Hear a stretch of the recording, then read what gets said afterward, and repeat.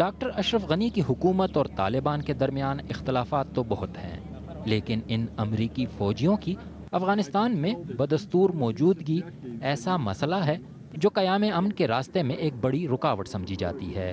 انہی امریکیوں نے کابل میں اب وزارت دفاع کی ایک نئی عالیشان عمارت بھی تعمیر کر دی ہے۔ یہ منی پینٹاگون کہلوانے والی عمارت ثابت کرتی ہے کہ یہ دفاعی تعاون طویل مدتی ہے۔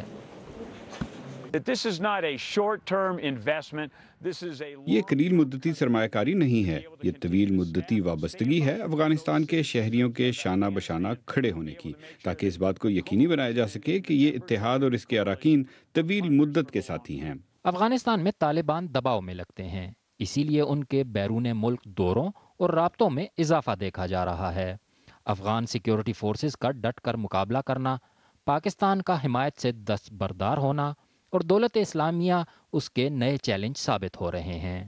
اس کی وجہ یہی ہے کہ طالبان کو بھی اب سمجھ میں آ رہی ہے کہ یہ اسی طرح نہیں ہو سکتی کہ کس سے بات نہ کرے اور سب کے خلاف ہو جائے۔ اب آہستہ آہستہ پہلے وہ امریکن سے ملنے سے انکار کرتے تھے، لیکن اس کے بعد اس کے مسلسل رابطے ہو گئے امریکہ کے ساتھ، اس کے بعد یورپین کی کافی ملکوں کے ساتھ، جرمنی، ناروے وغیرہ کے ساتھ ان کے رابطے ہو گئی۔ لگ رہا ہے کہ طالبان بھی خود چاہتا ہے کہ اس آئسولیشن سے باہر آ جائے۔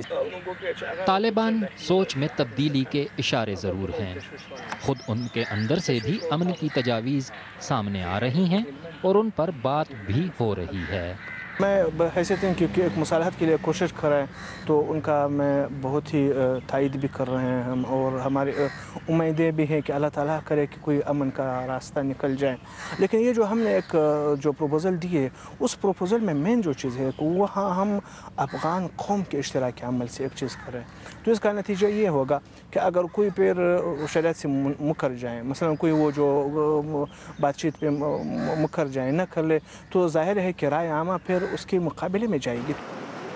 اکثر غیر ملکی افواج کا انخلا، جنگ سے اکتاہٹ، افغان حکومت میں تبدیلی اور پاکستان کے بدلتے رویوں سے افغانستان میں مذاکرات کی بابت امید پیدا ہوتی ہے، لیکن دوسری جانب دولت اسلامیہ جیسے نئے مسائل آنے والی مشکلات کا بھی پتہ دیتے ہیں۔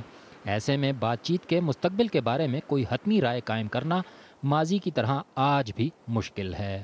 ہارون رشید، BBC نیوز، اسلام آباد۔